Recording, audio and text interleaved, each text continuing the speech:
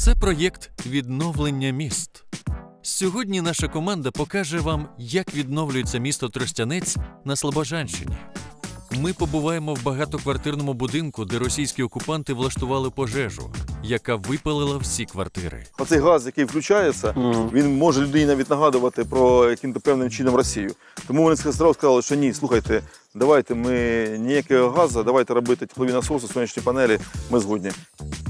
Мер міста розкаже історію відновлення центральної лікарні Тростянця.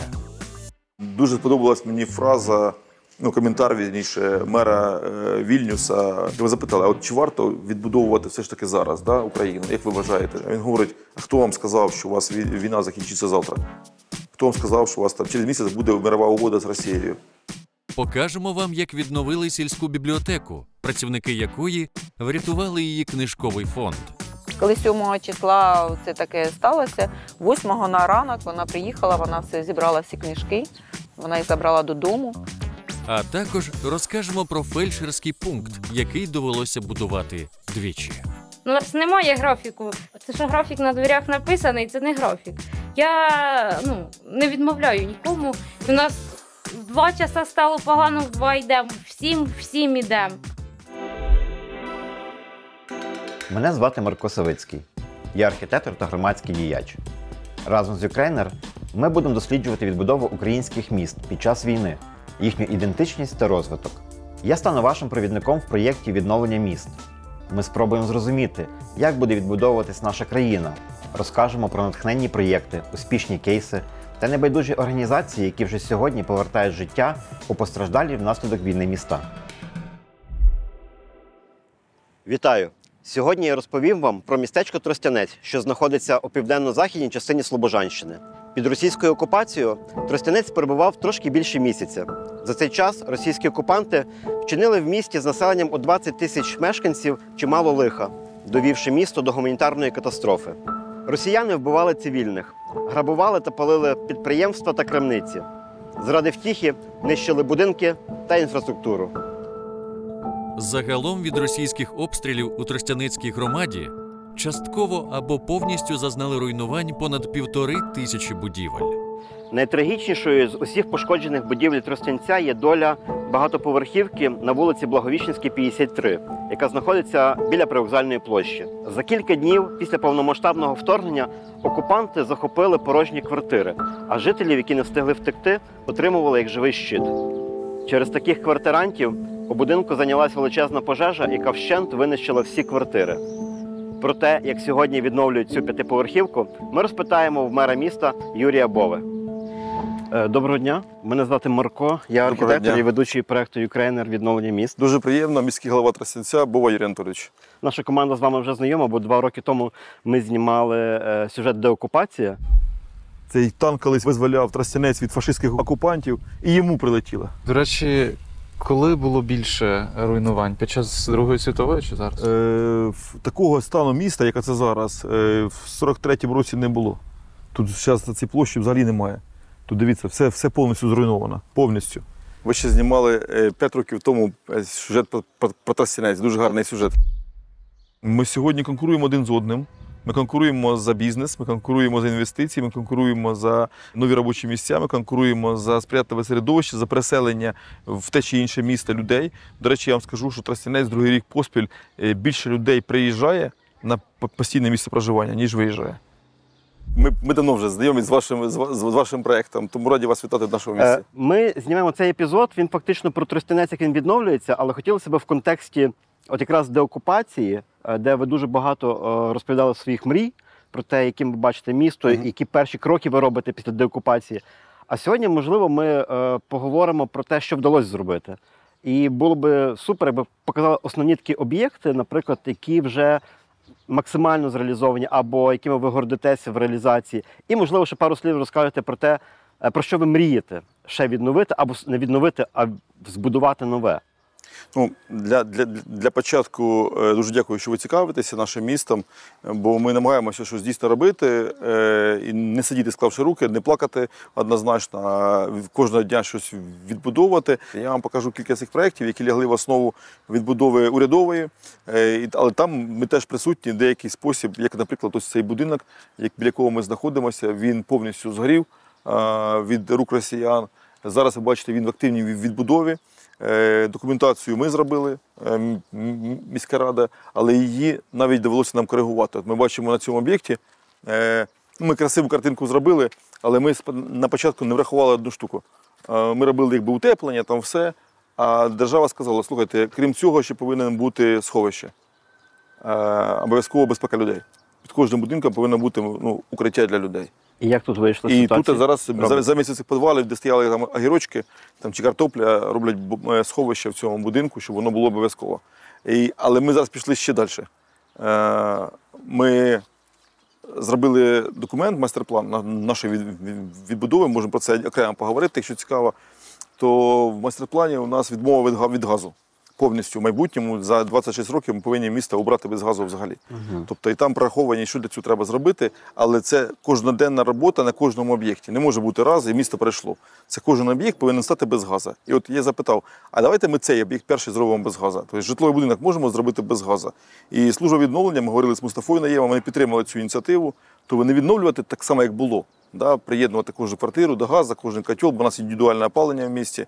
А зробити тут теплові насоси, сонячні панелі. І зараз якраз сьогодні приїхали в співпало, так що приїхали сьогодні і проєктанти, які проєктують вже ці речі, теплові насоси, сучасні речі 21-го століття. Мріємо, що відбудувавши цей будинок, не тільки ззовні він буде по-іншому виглядати, а він ще буде сучасним, пасивним повністю будинком в контексті споживання традиційних джерел енергії. Буде сонячна станція на даху, і в дворі забурені геошурупи. Тому таким чином ми працюємо сьогодні по цьому будинку. А яке фінансування? Хто фінансує? Громада чи це державне агентство? Держава, агентство відбудовує будинок. А от історію з тепловими насосами і цими сонячними станціями ми поговорили з Greenpeace. Є така компанія, асоціація, ви знаєте, вони займаються довкіллям, дуже сильно за нього переживають. І вони, коли дізналися, що ми відбудовуємо будинок, і взагалі займаються відбудовою міста, вони запитали, що там у вас може бути зеленого, ефективного. Я кажу, будинки давайте робити нові вже, по новій технології. І ми будемо з ними укладати угоду найближчими днями в Берліні про фінансування цього будинку для саме такого пілотного проєкту, скажімо так. Бо офіси є, які там в державі зроблені, бізнес-проєкти, які працюють на теплових насосах. Будинки, які працюють на теплових насосах, не знаю. Особливо багатоповерхові. Тому це може стати прикладом взагалі відбудови в європейській площині і відбудови будинків, які постраждали від війни. Щоб держава в майбутньому будувала саме такі об'єкти, які повністю пасивні. А скільки це коштуватиме, вже на прикладі Тростянця будемо бачити. Скільки мешканців залучені? Є та партиципація, коли залучення мешканців до прийняття рішень? Чи вони сказали, робіть, як зробите? Ні, дивіться, я скажу вам, до мене був візит старшого по будинку, там група, скажімо так, до мене прийшли в кабінет, ми сіли, поговорили, бо їх цікавило, як буде тривати відбудова і так далі. Ми не робимо зараз там публічних зібрань, тому що це трошки не можна робити, безпека і так далі. Але ми проговорили, кажу, дивіться, є два варіанти. Робимо по старинки, як було, або, можливо, навіть там трошки ми на місяць затягнемо, але є шанс таким зробити. Люди сказали, ні, ми хочемо, щоб було по-сучасному, щоб була електроплита, а не газова. Бо, розумієте, вони всі розуміють підсвідомо, що росіяни це зробили. Росіяни їм спалили ці хати, тобто, їхні квартири. Це ж не тільки будинок, це ж їхнє все майно, все ж їхнє життя, їхні всі фотокартки, там вся історія їхньої родини і все. Тобто це боль, яка кожна родина через себе пройшла, пропустила, скажімо так. І тому оцей газ, який включається, він може людині навіть нагадувати про яким-то певним чином Росію. Тому вони зразу сказали, що ні, слухайте, давайте ми ніякого газу, давайте робити теплові насоси, сонячні панелі, ми згодні. Тому зараз обраховуємо, це не буде за кошти мешканців однозначно, це ми зробимо все, щоб це були якісь донорські кошти для цієї добудови. Там хтось живе? Де? В будинку? Якщо мешканців... Ні, вони живуть хто де, але один живе. Юра! Юра, іди вийди. Розкажіть просто, що відбулося з будинком, як це сталося? А будинок орки підпалили трасерами з пулемета. З тої сторони стріляли, поверху якраз погода така була вітряна, вони вибрали в такий момент, щоб воно це все рознесло його вітром. А для чого вони це зробили, як ви думаєте? Щоб ми повтікали сюди, порозбивали стекла. А зараз тим відновленням ви взагалі приходите, дивитеся, як відбувається процес, взагалі, чи з вами радяться міська рада, чи взагалі вас не пропускають, кажуть, потім прийдете, все, чи ви ходите, дивитеся? Ходимо. От у нас квартира трохи була перепланована, і у нас були такі побажання, щоб це сталося так, як воно було. Не так, як по проекту воно раніше було з самого початку. То в нас квартиру так і залишили, зробили нам планування таке, яке воно нам хотілося. Планування, щоб там кухня більша була, ми розширили. То прислухаються до наших думок. Думаємо, що все буде добре, що відновлять. Кажуть, що буде дуже гарно, красиво.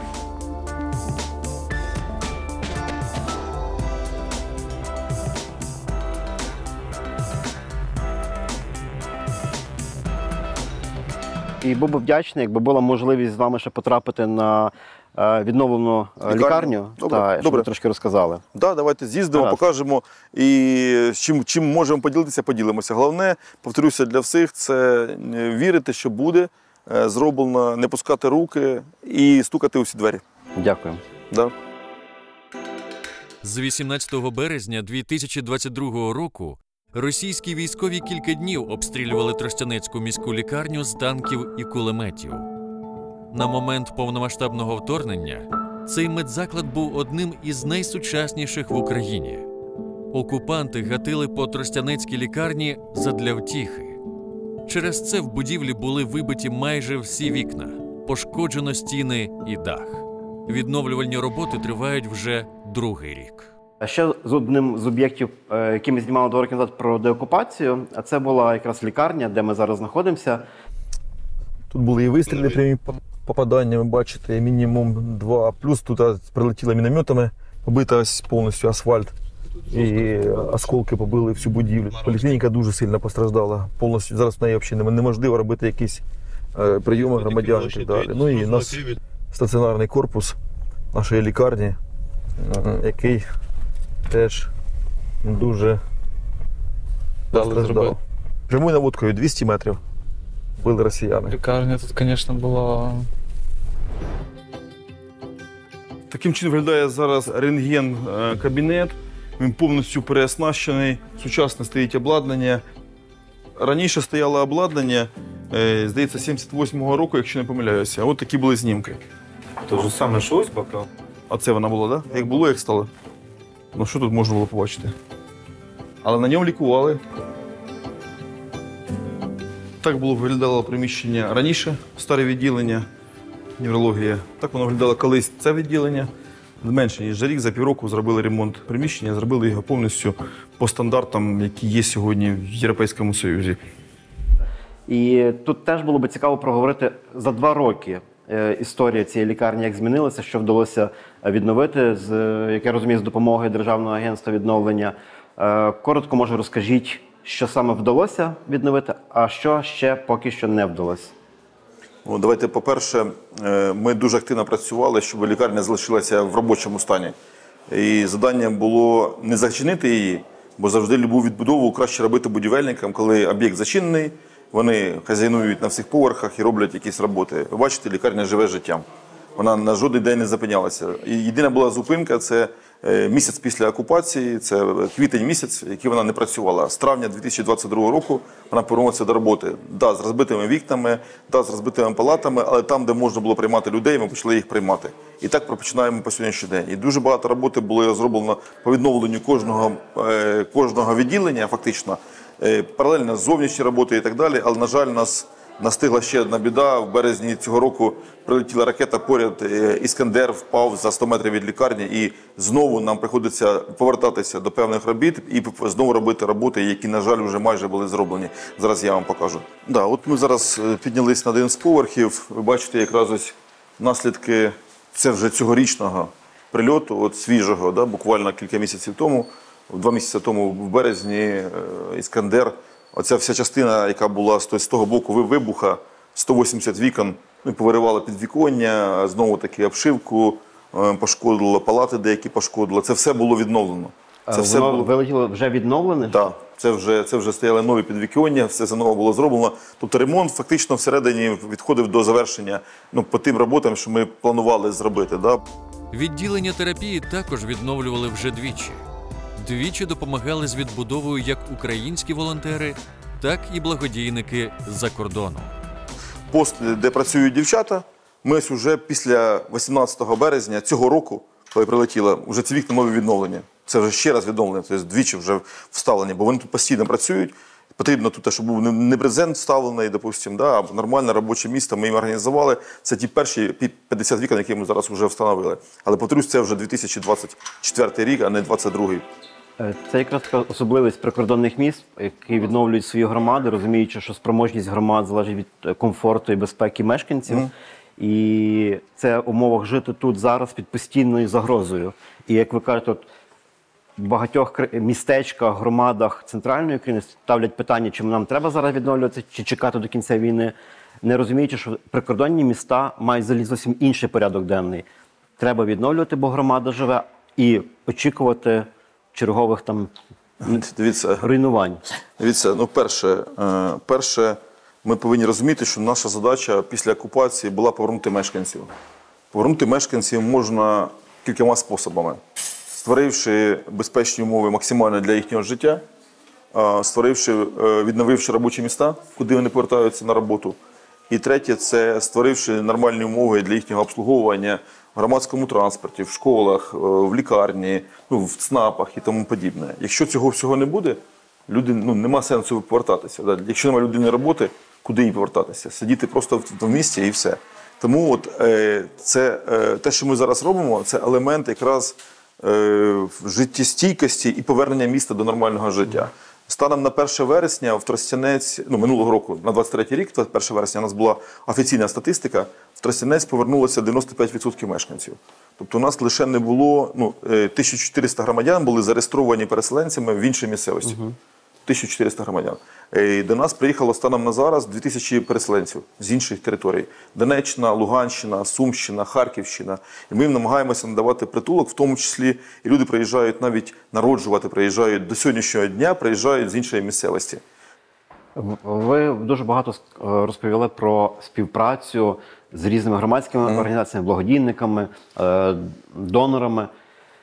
Дуже часто герої наших епізодів говорять про те, що вони не знають або неправильно спочатку повномасштабного вторгнення подавали заявки, не знали, куди звертатися. Зараз є дуже багато програм, є портал DREAM, на яку можна подати свою заявку. Яким шляхом йшли ви, як територіальна громада, чи особисто ви як голова, де ви шукали ті колосальні кошти на об'єкт, який постійно може бути зруйнований? Я, напевно, порівняю це з будівлею, з сотнею дверей, і як вибрати, з якими дверями лежить допомога. Треба пробувати стукати у всі двері, всі, які ти бачиш двері.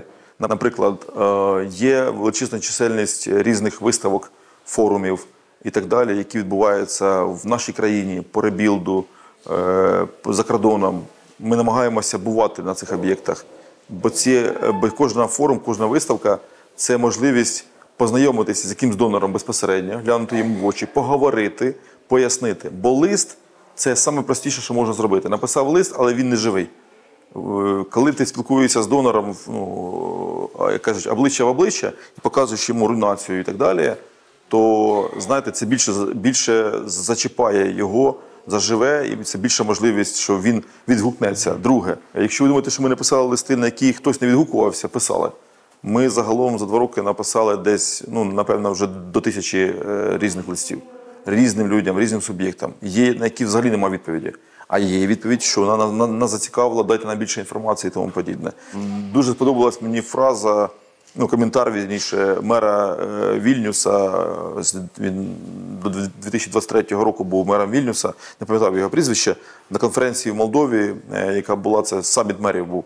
Його так само запитали після мого виступу про відбудову, його запитали, а от чи варто відбудовувати все ж таки зараз, Україну, як ви вважаєте, за кордоном, як вам видніше? А він говорить, а хто вам сказав, що у вас війна закінчиться завтра? Хто вам сказав, що у вас там через місяць буде мирова угода з Росією? Хто вам сказав, що Росія цю мирову угоду знову не порве і так далі? Чому ви вирішили, що у вас є час чекати колись там до якогось іншого часу, коли буде кращі умови для відбудови? Між Кореєю немає, між Кореями Північною і Південною немає мирової угоди. Між Ізраїлем і Сирією немає мирової угоди. І літають ракети, ми бачимо, періодично літають, комусь там щось здумалось, пустив ракети і б'є по городам, і взриви, і загиблі люди і так далі. Але це не зменшує бажання Ізраїлю розбудовуватися, жити і так далі. Тому, по суті, ми живемо в тому самому світі. Світ змінився, його треба приймати такий, який він сьогодні є. Він жорсткий, але ми мусимо, тривога, спустилися в підвал, пережили тривогу, вийшли на робоче місце і працюємо далі. Ворог хоче, щоб ми зламалися, ворог хоче, щоб ми виїхали, ворог хоче, щоб ми панікували і тому подібне. А ми повинні відбудовуватися.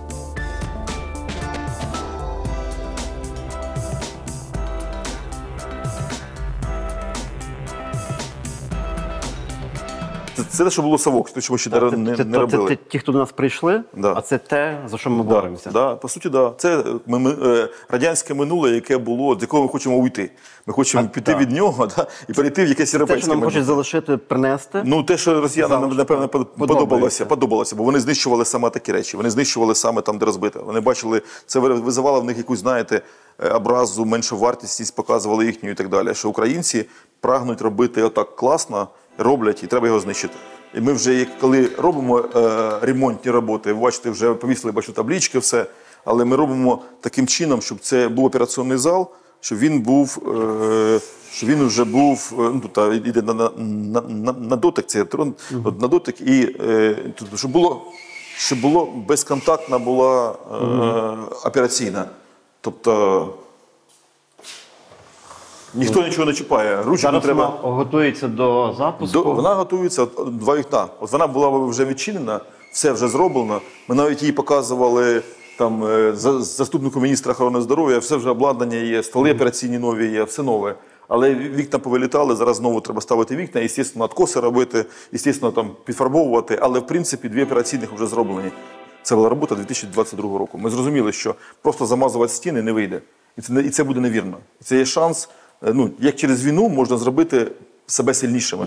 Ми повинні з війни вийти сильнішими. По кожному об'єкту. Тобто кожен об'єкт, який був зруйнований, треба зробити так, щоб його відновивши, вся громада побачила, що цей об'єкт став краще.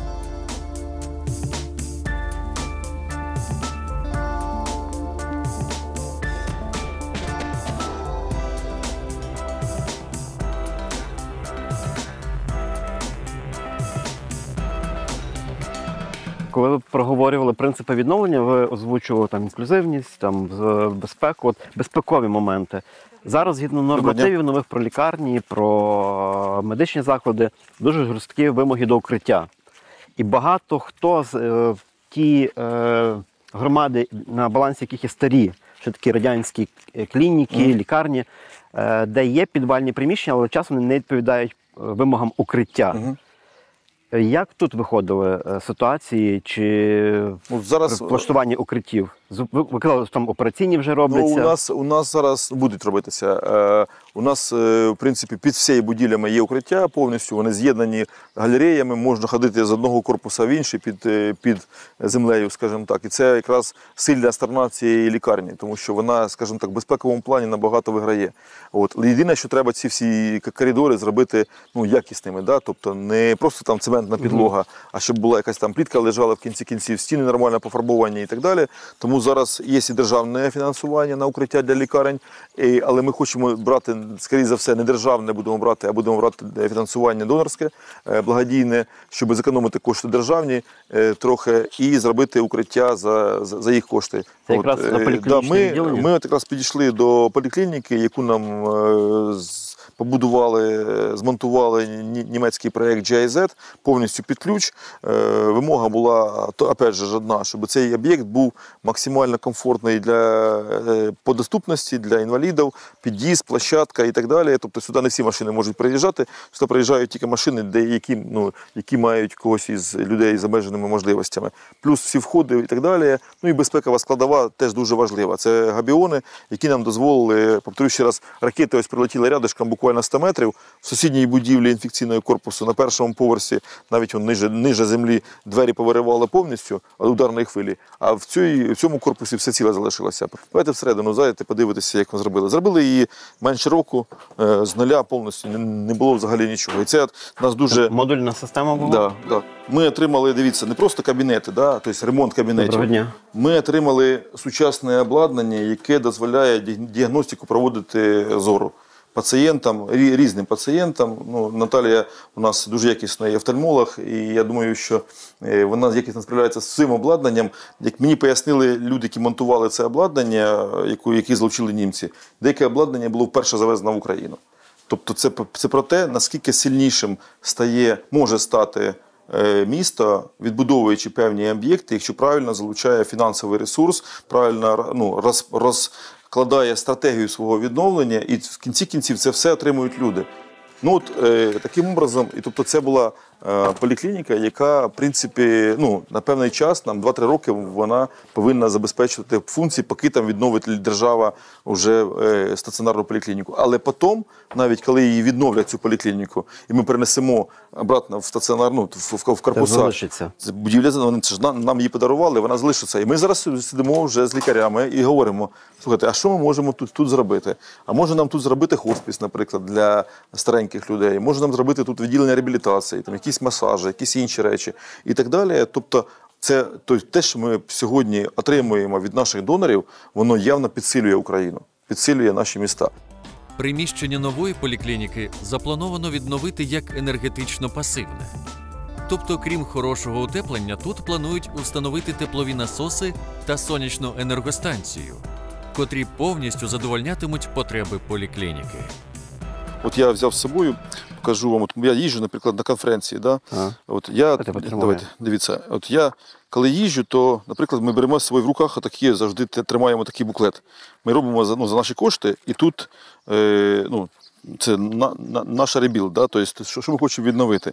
Ми розповідаємо про нашу громаду, про її статистику, як вона жила до війни, чи вона жила промисловість, культура і все інше.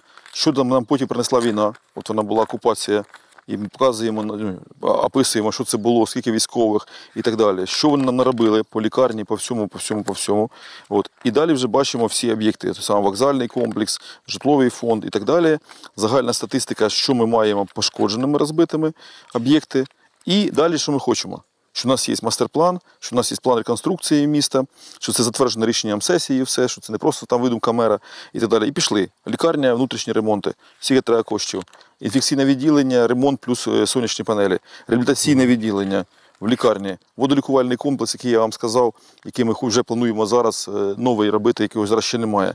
Медичне обладнання, яке ми шукаємо конкретно і так далі. Там поліклініка, і інші об'єкти, які тут школи, техніка, транспорт. А також є нові проекти для інвесторів, які ми шукаємо. Це забудову нового житлового мікрорайону тут неподалік.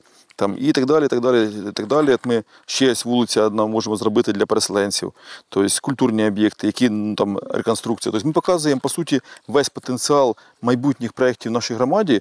І коли ти це даєш фондам, вони починають кожен своє вибирати. У кожного своя специфіка, у кожного свої якісь побажання до проєктів. Хтось займається культурними проєктами, хтось займається освітніми проєктами, відбудовою і тому подібне. Часто буває вопреки, ніж завдяки, розумієте? І тому, повторю ще раз, інколи, може мене за це не люблять, але я не сиджу, не чекаю, коли держава благословить на якийсь проєкт. Це, звісно, трошки визиваюче, мене за це не люблять інколи, щоб бачите, який він сам щось робить, герой, молодець. Наприклад, у мене не запитав ніхто, а вікна тобі, як їх взагалі поставити, хто буде ставити. Вони знають, що я їх сам встановлю і все. І держава навіть не запитує. А я розумію, що треба зробити, бо ми в такій ситуації, невеличке містечко. Понятно, що в держави інші проекти є. Давайте, Маріуполь, Херсон, після цього підриву дамби і так далі. То в державі не до Тростянця інколи. А коли звільнять ще, дай Боже, щоб звільнився Маріуполь, чи Мелітополь, і Крим, і все інше, повірте, буде ще більше турботи про ті міста. Тому ми повинні робити все, що можемо робити, не ображаючись на державу. Навіть якщо вона така навіть є там, бюрократична, тягуча, важка і тому подібне. Але стукати у всі двері, що можна. Бачиш міністра, показує йому. І коли запаляться очі, в когось кажуть, о, давай, класно, чому ні? Тому от тільки так треба робити. Дякую. Да. Давайте стукатися всі двері. Так, точно. Дякую.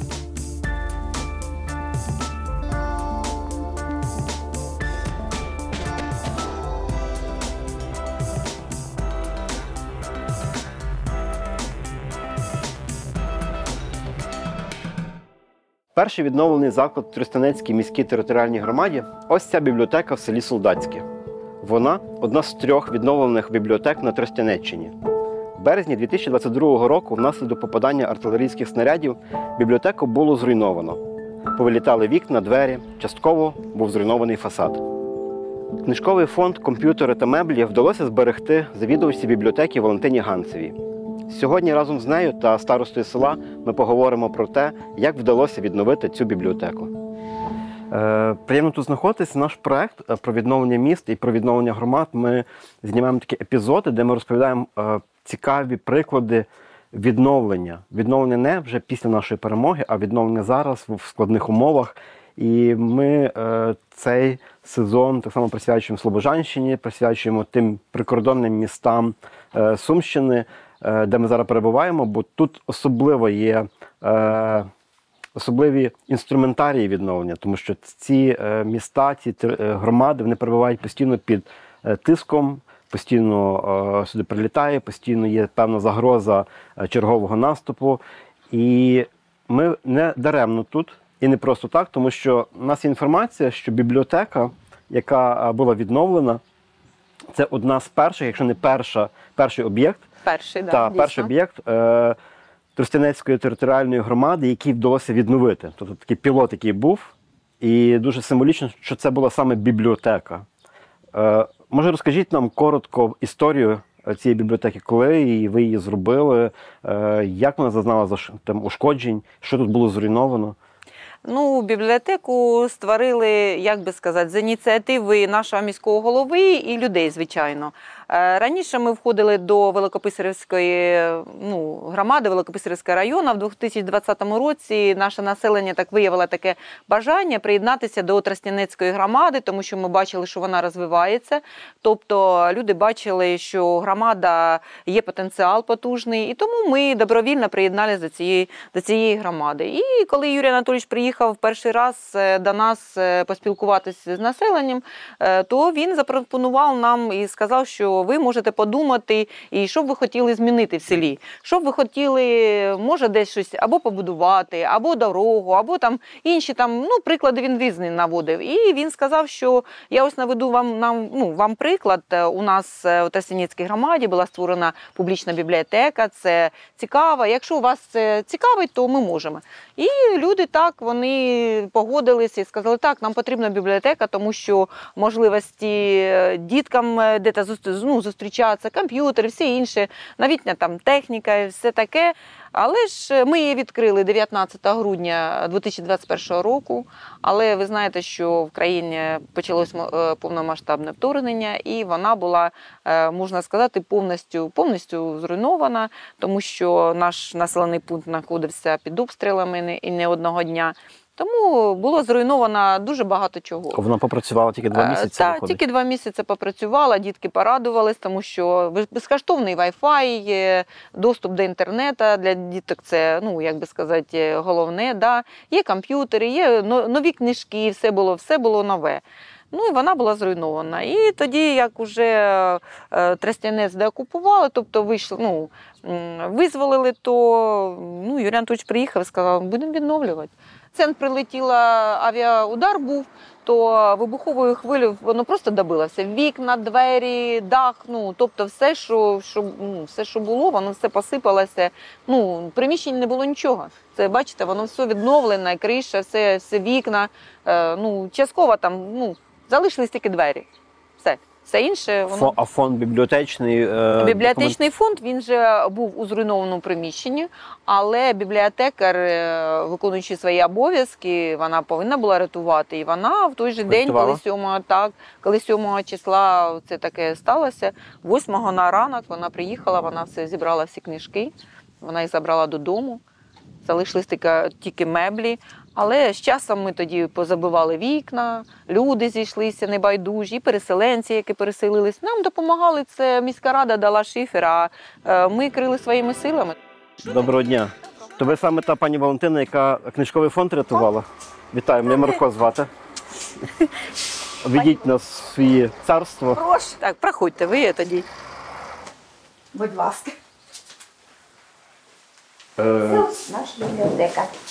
Реально, от перше враження якогось такого когнітивного дисонансу, тому що те, що ми бачимо навіть ззовні, ну така стара будівля, ну відновлена, але повністю стара будівля, яка є в багатьох невеличких селах. Ми попадаємо сюди, і тут сучасного простору. Він взагалі не асоціюється з сільською бібліотекою. Я боявся, що ми, може, попадемо, і це буде просто оновлена якась така книжкова полиця, оновлені якісь фонди, що теж, до речі, дуже важливе, але це якийсь хаб дитячий, молодіжний, і це дуже круто. А у вас ще два зали? Ще два зали? Там у нас дитячий. Так, дитячий. Це у нас дитячий. Дивіться, будь ласка. Це у нас для діток. Це у нас іграшки. Це дитячий фонд, книжковий фонд. Це дуже круто. Це дуже якраз круто. той момент, про який ми проговорювали, коли українські сільські, особливо бібліотеки, які стали таким рудиментом трошки архаїчним, отримують нове життя. Стають тим центром, яким вони були ще багато-багато років назад, коли відбувалося українське просвітництво. Це дуже круто. І розкажіть тоді і умови всі для діток. Два слова, бо ми почули, що ви, коли почалося це бомбардування, ви книжки збирали, ви до себе додому завезли. Так, додому. Не боялися?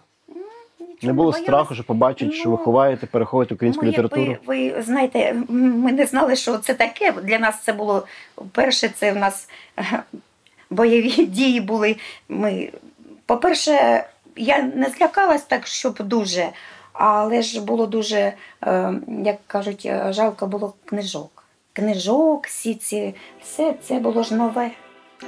Дякую вам за оту долю оптимізму і за опіку над дітьми. Бо насправді, скільки б ми не говорили про відбудову України, відбудову нашої держави, відновлення держави, воно неможливе без освічених, достатньо сміливих, щасливих дітей. Тому велика вам подяка за патріотичних за те, що ви робите. Дякуємо за книжки, які ви врятували, бо ми постійно переживаємо якісь то розстріляне відродження, то ще якісь знищення нашої культури. І те, що вони стріляли по селі, яке не мало такого стратегічного, можливо, такої важливості, але це було залякування. Вони знищують нас, людей, вони знищують наші будівлі і знищують нашу культуру. Тому дякую за те, що ви ту культуру бережете. Це неймовірно цінно. І можна вас обніму, бо це я ж розчулений просто. Дякую вам. Дякую.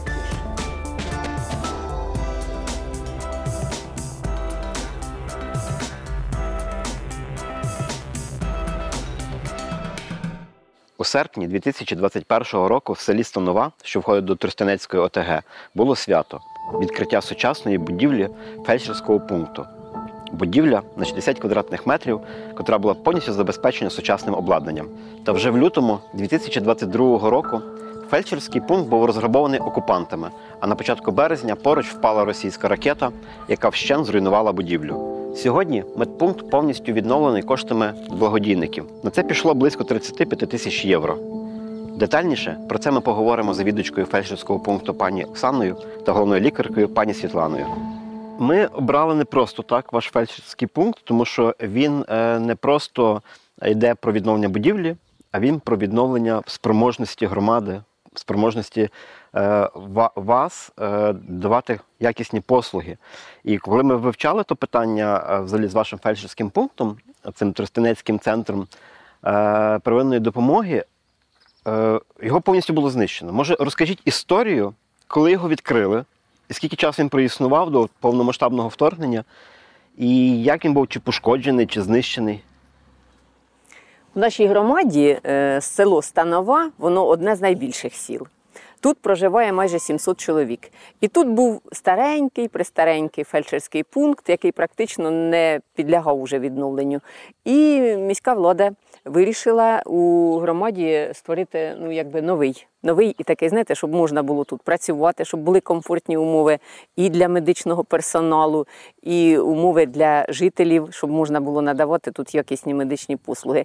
І, як на щастя, у нас у цьому селі з декрету вийшла наша фельдшер Оксана. І вона спогодилася працювати тут на місці, не їздити в місто на роботу. І ми з великим задоволенням, Юрій Анатолійович продвигав цю ідею. Він у нас це в пріоритеті надання медичної допомоги мешканцям громади. І ми в 21-му році вирішили побудувати цей фельдшерський пункт. А це не він? Тобто ви Ні, це не він. Той був у старому місті, він старенький, вже тут він практично розвалився. Да? А в 21-му році... Він 2 роки вже не працював до цього. Але в 21-му році ви відкрили, тобто це вже був новий, оновлений фельдшерський пункт. Так, це був новий, ми на День села, 28 серпня, так? Да, Це було таке красиве, знаєте, відкриття, всі селяни були такі раді, воно на День села, ми на лузі там і кашу варили, готували, і ми з великим задоволенням відкрили таке, ви знаєте, тим більше, що я ж говорю, молода фельдшерка, яка проживає тут, і отаке місце для роботи, це було безподобно. Люди дуже задоволені були. Попрацював недовго. Так, оновлений. Почалася війна. Те, що я, коли інформацію шукала з командою, дуже багато було повідомлень про те, що він не просто був ушкоджений, а він ще перед тим був розграбований. І в вашому селі стояла якась колона, чи тут велися бої? Що у вас тут було на початок повномасштабного вторгнення? Що тут у вас відбувалося? На початку у нас в селі їх не було. Так вони не стояли. І боїв у селі не було. Були прильоти, у нас за ФАПом був прильот. Це був останній прильот, коли його зруйнувало повністю. Але вони заїжджали по дворах. У нас центральна вулиця, вся Лебединська. З воротами вони заїжджали, як сказати, недовго. Вони чекали до заправки. І оце так вони наробили шкоди в селі. А ФАП так, спочатку вони вскрили двері, вікно вибили, залізли туди, розграбували, що там можна було. У нас дуже було якісне обладнання, у нас було телемедичне обладнання, у нас були кардіограф, у нас усі необхідні апарати, все було вибрано повністю. Навіть роутер з інтернету був одрізаний. Напевне, думали, що він працює без проводів. Але ж потім, як вже скидали бомби, тут за ФАПом там є вирва, де був прильот, він був остаточно зруйнований.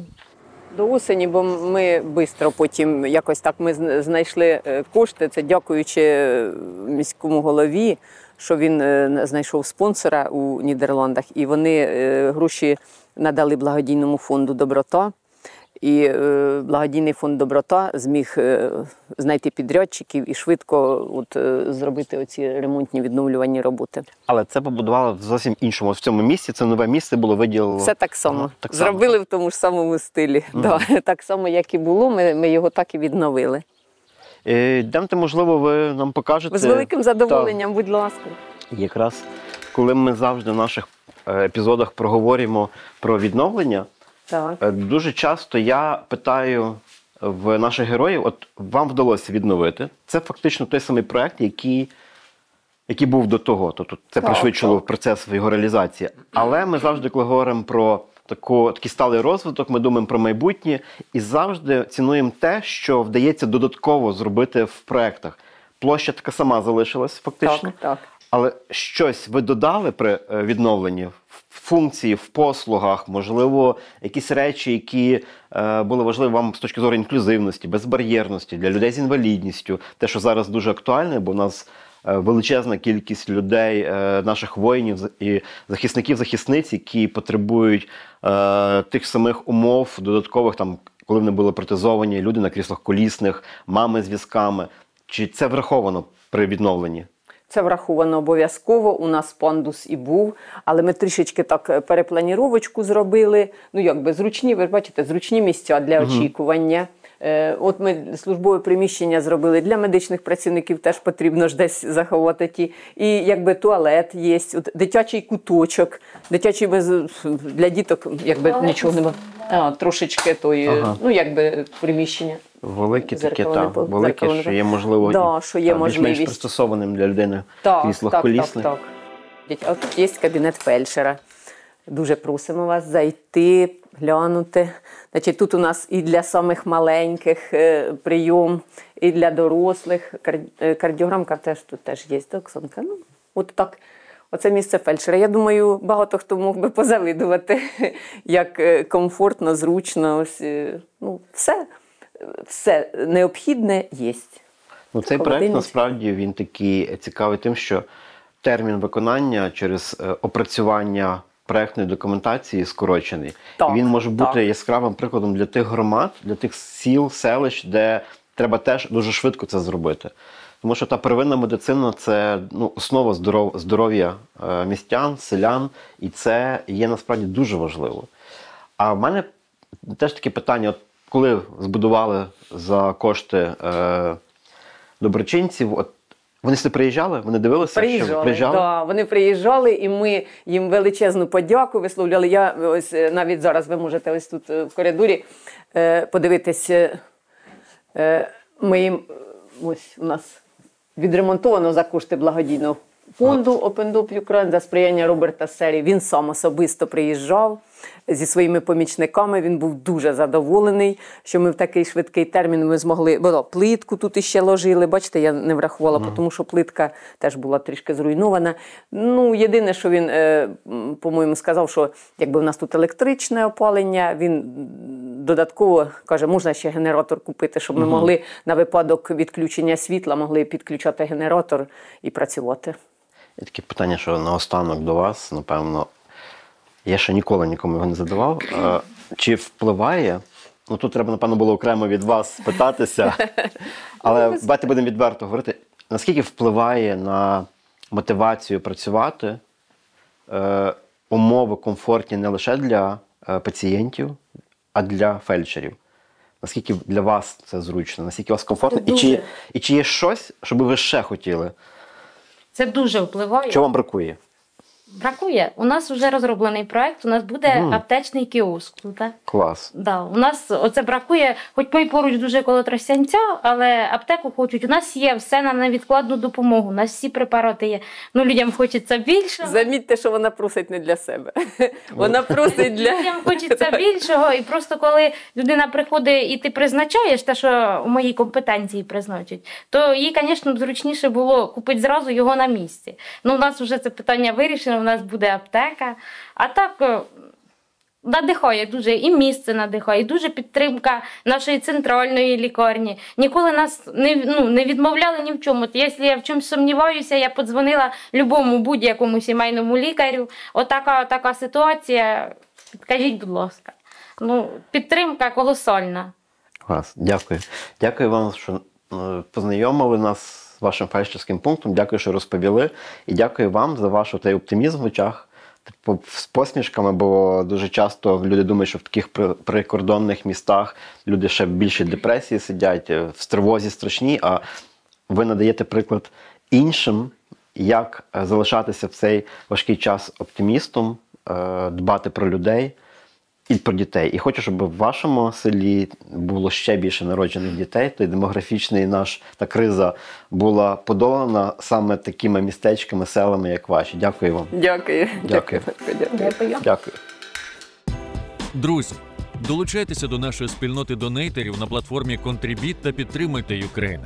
Підписуйтеся на наш YouTube канал та діліться випусками в соцмережах, пишіть свої враження від серії та ставте вподобайки.